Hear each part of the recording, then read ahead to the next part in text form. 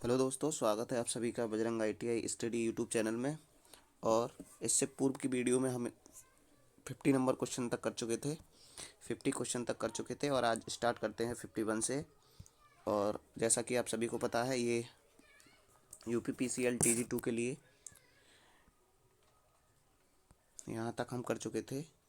और आप सभी को पता है, ये जो वीडियो है UPPCL TG2 के लिए कंप्यूटर के क्वेश्चन इस वीडियो के माध्यम से मैं करा रहा हूँ। और यहाँ पर यूथ कंपटीशन की जो बुक है उसका सॉल्यूशन चल रहा है। तो हमने 50 नंबर क्वेश्चन तक कर लिए थे दूसरे चैप्टर के। और अब स्टार्ट करते हैं 51 नंबर चैप्टर क्वेश्चन से। तो आज का पहला प्रश्न है आपकी स्क्रीन पर।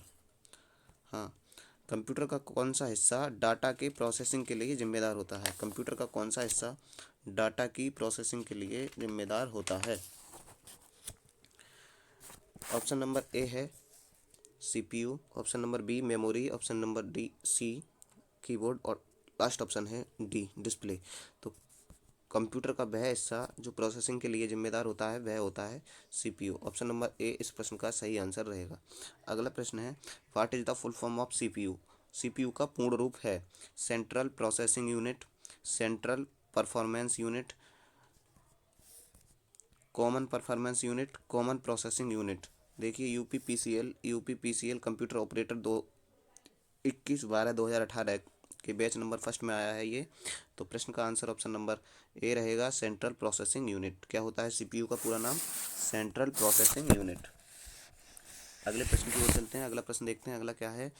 अगला है, यदि आप अपने PC की कार्य क्षमता को बेहतर करना चाहते हैं, यदि आप अपने PC अर्थात पर्सनल कंप्यूटर की कार्य क्षमता को बेहतर करना चाहते हैं तो आपको निम्नलिखित में से किसको अपग्रेड करना होगा? निम्नलिखित में से किसको अपग्रेड करना होगा? CPU को अपग्रेड करना होगा, CPU को अपग्रेड करेंगे, मॉनिटर को अपग्रेड करेंगे, कीबोर्ड को, या इनमें से कोई नहीं? UPPCL TG2 26/6/2016 को पूछा गया है ये क्वेश्चन। तो ऑप्शन बताइए। चलिए हम बताते हैं इसका आंसर। इसका आंसर है ऑप्शन नंबर ए CPU। यदि आप अपने कंप्यूटर CPU की कार्य क्षमता को बेहतर करना चाहते हैं तब आपको क्या करना होगा? तब आपको अपने CPU की कार्य क्षमता को क्या करेंगे? आप अपग्रेड करेंगे। क्या करेंगे? अपग्रेड करेंगे। ठीक है, चलिए चलते हैं हम अगले क्वेश्चन पर। अगला क्वेश्चन क्या है, देखते हैं अगला क्वेश्चन। अगला क्वेश्चन है, एक समान हार्डवेयर पोर्ट में नहीं है। एक समान हार्डवेयर पोर्ट में नहीं है। क्या नहीं है? एक समान हार्डवेयर पोर्ट में। देखिएगा, एक समान हार्डवेयर पोर्ट में क्या नहीं है?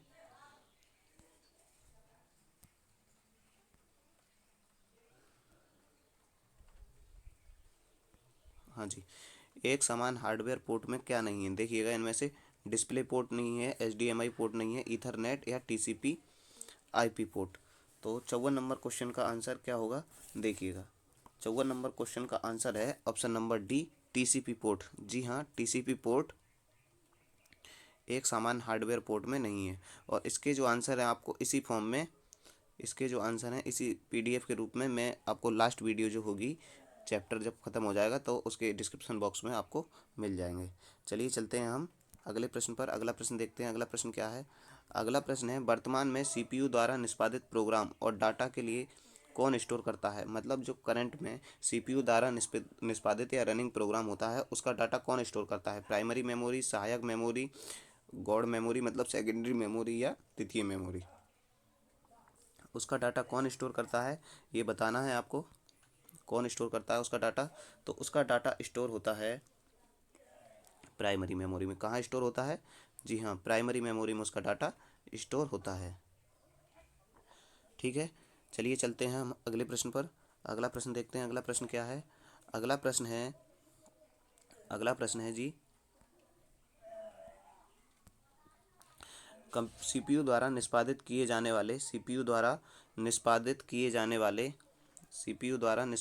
जाने वाले चार कार्य क्रमशः प्राप्त करना, कुशल प्रबंध परिवर्तन एवं उत्पादन परिणाम प्रदान करता है? क्या संकल्पना प्रदान करता है, डिस्प्ले प्रदान करता है, स्पष्ट करना प्रदान करता है, या रेगुलेट करना? यूपीपीसीएल TG2 जिस एग्जाम की आप तैयारी कर रहे हैं उसके 11/11/2016 में आपसे ये क्वेश्चन पूछा गया है। तो देखिए, कंप्यूटर के जो गणना करने के 4 चरण है, उसका ये दूसरा चरण है डिकोड करना। कौन सा चरण है? डिकोड करना। तो इसका आंसर आपको मिल जाएगा, मैं इसकी PDF तैयार करके आपको कमेंट बॉक्स में डाल दूंगा, ठीक है। क्या है? डिकोड करना। एक मिनट, क्या है? डिकोड करना, ठीक। इसका आंसर होगा डिकोड करना। अगला देखते हैं, अगला क्या है? अगला है निम्नलिखित में से किसमें CPU प्रोग्राम को निष्पादित कर सकता है? असेंबली भाषा में, सांकेतिक भाषा में, ऑक्टेन भाषा में और द्विआधारी भाषा में। कंप्यूटर CPU जो होता है प्रोग्राम को निष्पादित कर सकता है, किस भाषा में निष्पादित कर सकता है? असेंबली भाषा में, संकेतित भाषा में, ऑक्टेन भाषा में या द्विआधारी भाषा में? तो यह कर सकता है द्विआधारी भाषा में। कौन सी भाषा में? द्विआधारी भाषा में निष्पादित कर सकता है, ठीक है। तो चलिए अब चलते हैं हम अगले प्रश्न पर। अगला प्रश्न देखते हैं, अगला प्रश्न क्या है? हाँ जी, अगला प्रश्न देखते हैं। तो अगला प्रश्न है आपकी स्क्रीन पर, अगला प्रश्न है इनपुट आउटपुट का रूपांतरण, इनपुट का आउटपुट में रूपांतरण किसके द्वारा किया जाता है? इनपुट का जो रूपांतरण है वह आउटपुट में किसके द्वारा किया जाता है? ये पूछा गया है आपसे। इनपुट का आउटपुट में रूपांतरण किसके द्वारा किया जाता है? तो इनपुट का आउटपुट में रूपांतरण peripheral, memory unit, storage unit, input output unit या CPU। तो ये आप सभी को जानते हैं और सभी जानते हैं, इस प्रश्न का आंसर होगा option number D, CPU। CPU वह यूनिट है जो इनपुट का आउटपुट में रूपांतरण करती है। क्या करती है? इनपुट का आउटपुट में रूपांतरण करता है CPU। अगले क्वेश्चन की ओर चलते हैं, अगला क्वेश्चन देखते हैं। अगला क्वेश्चन क्या है? अगला क्वेश्चन है एक हार्डवेयर डिवाइस जो डाटा को अर्थपूर्ण इंफॉर्मेशन में परिवर्तित करता है। यहाँ पूछा गया है, ध्यान रखिए, हार्डवेयर डिवाइस। तो वह हार्डवेयर डिवाइस कौन सी है? प्रोटेक्टर है, आउटपुट डिवाइस है, प्रोटेक्टर है, आउटपुट डिवाइस है या इनपुट डिवाइस है, प्रोग्राम है या प्रोसेसर है? एक हार्डवेयर डिवाइस। तो हार्डवेयर डिवाइस की जब बात आती है तो वह हार्डवेयर डिवाइस जो डाटा को अर्थपूर्ण इंफॉर्मेशन में परिवर्तित करती है वह है प्रोसेसर। कौन सी डिवाइस है? प्रोसेसर। चलिए चलते हैं अगले प्रश्न पर। अगला प्रश्न क्या है? अगला प्रश्न देखते हैं। अगला प्रश्न है इनपुट आउटपुट प्रोसेसिंग और स्टोरेज की प्रक्रिया को जिस यूनिट की देखरेख में किया जाता है उसे क्या कहा जाता है? इनपुट आउटपुट प्रोसेसिंग और स्टोरेज की प्रक्रिया को जिस यूनिट की देखरेख में किया जाता है उसे क्या कहा जाता है? अर्थमेटिक लॉजिकल यूनिट, जिसको हम ALU कहते हैं, आउटपुट यूनिट, कंट्रोल यूनिट या मेमोरी यूनिट। तो यह जो डाटा है, प्रोसेसिंग है, स्टोरेज की क्षमता जो है जिस प्रक्रिया के आधार पर की जाती है वह किसकी देखरेख में की जाती है? वह की जाती है कंट्रोल यूनिट के देखरेख में। ऑप्शन नंबर सी इस प्रश्न का सही आंसर रहेगा। चलिए चलते हैं अगले प्रश्न की ओर। अगला प्रश्न देखते हैं, अगला प्रश्न क्या है? अगला प्रश्न है किसी भी कंप्यूटर सिस्टम में मस्तिष्क, ब्रेन होता है, मतलब किसी भी कंप्यूटर सिस्टम का मस्तिष्क यानी कि दिमाग या ब्रेन क्या कहलाता है? ALU कहलाता है, हार्ड डिस्क कहलाता है, CPU या मॉनिटर। तो किसी भी कंप्यूटर सिस्टम का मस्तिष्क जो कहलाता है वह कहलाता है CPU। क्या कहलाता है? CPU। अगला क्वेश्चन देखते हैं, अगला क्वेश्चन क्या है?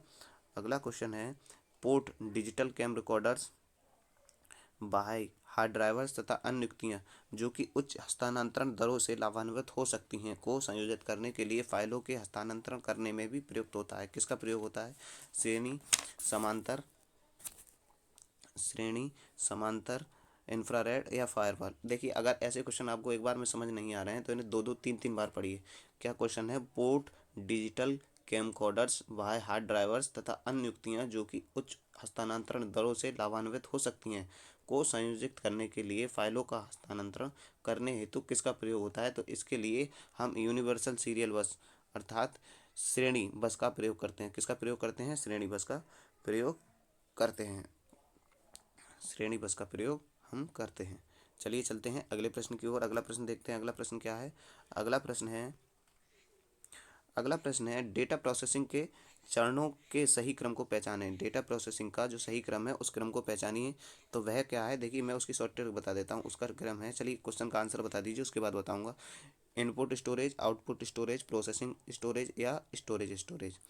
दूसरा ऑप्शन है input storage, processing storage, storage.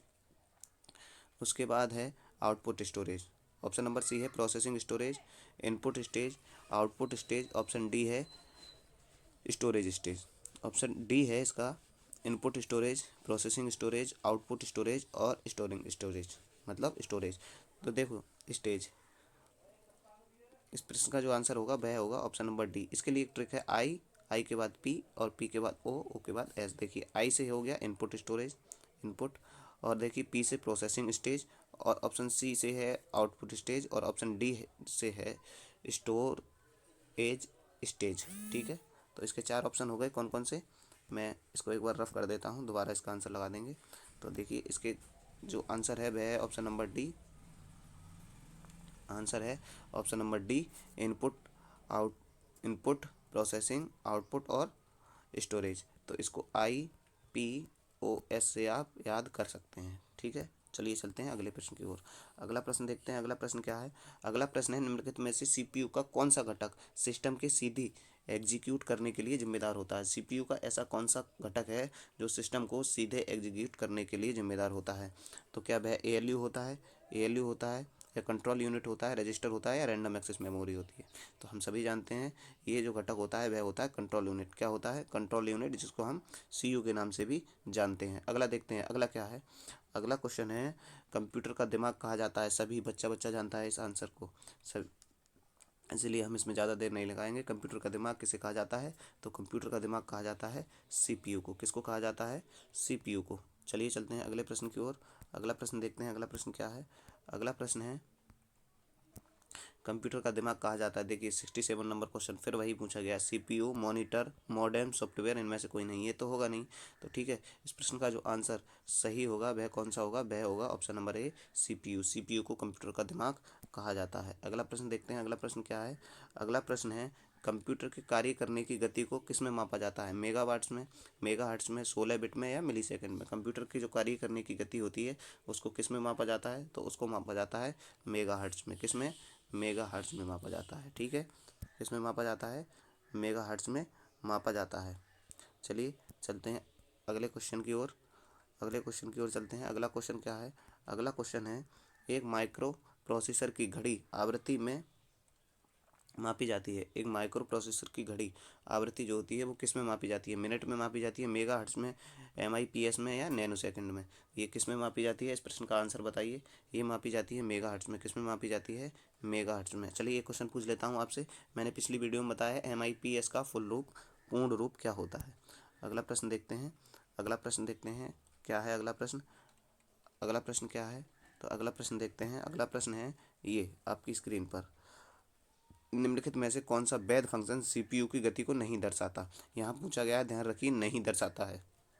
Hertz, मिप्स, muff मफल्स, या फिर बाइट। ऐसा कौन सा इनमें से चार विकल्प में से ऐसा कौन सा विकल्प है जो सीपीयू की गति को नहीं दर्शाता है। ठीक है, तो बाइट जो होता है वो डाटा संचरण की गति को दर्शाता है, या डाटा की गति है। ये सीपीयू की प्रोसेसिंग गति को नहीं दर्शाता है। तो इस प्रश्न का जो आंसर है वह आंसर होगा ऑप्शन नंबर डी। आंसर होगा ऑप्शन नंबर डी, यहाँ नहीं दर्शाया है, पूछा जाता है आपसे। ठीक है, अगला क्वेश्चन है सीपीयू निष्पादन प्रायः किस में मापा जाता है, जीबी में, मेगाहर्ट्ज में, एमआईपीएस में, या बैंड दर में। एसएससी 10+2 2012 की परीक्षा में पूछा गया है। तो ये किस में मापा जाता है, ये नापा जाता है किस में, मेगाहर्ट्ज में। किस में मापा जाता है, मेगाहर्ट्ज में इसको हम मापते हैं। किस में मापते हैं, मेगाहर्ट्ज में मापते हैं। चलिए मैं आंसर लगा देता हूँ, इसका आंसर है मेगाहर्ट्ज, ऑप्शन नंबर बी। चलिए चलते हैं अगले प्रश्न की ओर। अगला प्रश्न है कंप्यूटर कंप्यूटर की प्रोसेसर गति को निम्नलिखित में से किस में मापा जाता है, बीपीएस में, बैंड में, हर्ट्ज में, या एमआईपीएम में। किस में मापा जाता है, कंप्यूटर की जो गति होती है उसको किस में मापा जाता है, एमआईपीएम नहीं है, यहाँ पर एमआईपीएस होगा। ये एस एस मिलियन इंस्ट्रक्शन पर सेकंड में मापा जाता है। ऑप्शन नंबर 20 प्रश्न का सही आंसर रहेगा। अगले प्रश्न की ओर चलते हैं। अगला प्रश्न देखते हैं कंप्यूटर शब्दावली में एमआईपीएस का अर्थ क्या है। तो एमआईपीएस का अर्थ क्या होता है, मिलियन इंस्ट्रक्शन पर सेकंड, या माइजीनियल इनपुट स्टोरेज, मिलियन इंस्ट्रक्शन पर second, micro information processing state, memory image processing stage. इसका ऑप्शन नंबर बी सही होगा आंसर। कौन सा आंसर सही होगा, इसका ऑप्शन नंबर बी आंसर सही होगा। चलिए चलते हैं अगले प्रश्न की ओर। अगला क्वेश्चन देखते हैं। अगला क्वेश्चन निम्नलिखित में से क्या सीपीयू का भाग नहीं है? Memory unit, arithmetic unit, logic unit, control unit, input unit. तो इनपुट यूनिट सीपीयू का भाग नहीं है, ये तीनों सीपीयू के भाग हैं। ये तीनों क्या हैं? सीपीयू के भाग हैं। अगले क्वेश्चन की ओर चलते हैं। अगला क्वेश्चन देखते हैं। अगला क्वेश्चन है सीपीयू का पूर्ण रूप क्या है? सीपीयू का पूर्ण रूप क्या है? सभी को पता है, कंट्रोल प्रोसेसिंग यूनिट या सेंट्रल प्रोसेसिंग यूनिट। हाँ, सेंट्रल प्रोसेसिंग यूनिट सीपीयू का पूरा नाम है। अगला क्वेश्चन देखते हैं। आज की क्लास का अंतिम क्वेश्चन। आज की क्लास का अंतिम क्वेश्चन है कंप्यूटर की भाषा में सीपीयू का अर्थ क्या होता है? कंप्यूटर की भाषा में सीपीयू का अर्थ क्या होता है? Central processing unit, central power unit, central peripheral unit या कंप्यूटरीकृत पावर यूनिट। तो इस प्रश्न का जो सही आंसर है वह आंसर है सेंट्रल प्रोसेसिंग यूनिट। चलिए, आज की वीडियो में इतना ही था। मैं ये सभी पीडीएफ आपको ये जब चैप्टर लास्ट होगा तो उसके डिस्क्रिप्शन बॉक्स में डाल दूंगा। अगर आपको वीडियो पसंद आई हो तो इसको ज़्यादा से ज़्यादा शेयर कीजिए और देखते रहिए, बने रहिए बजरंग ITI स्टडी चैनल के साथ।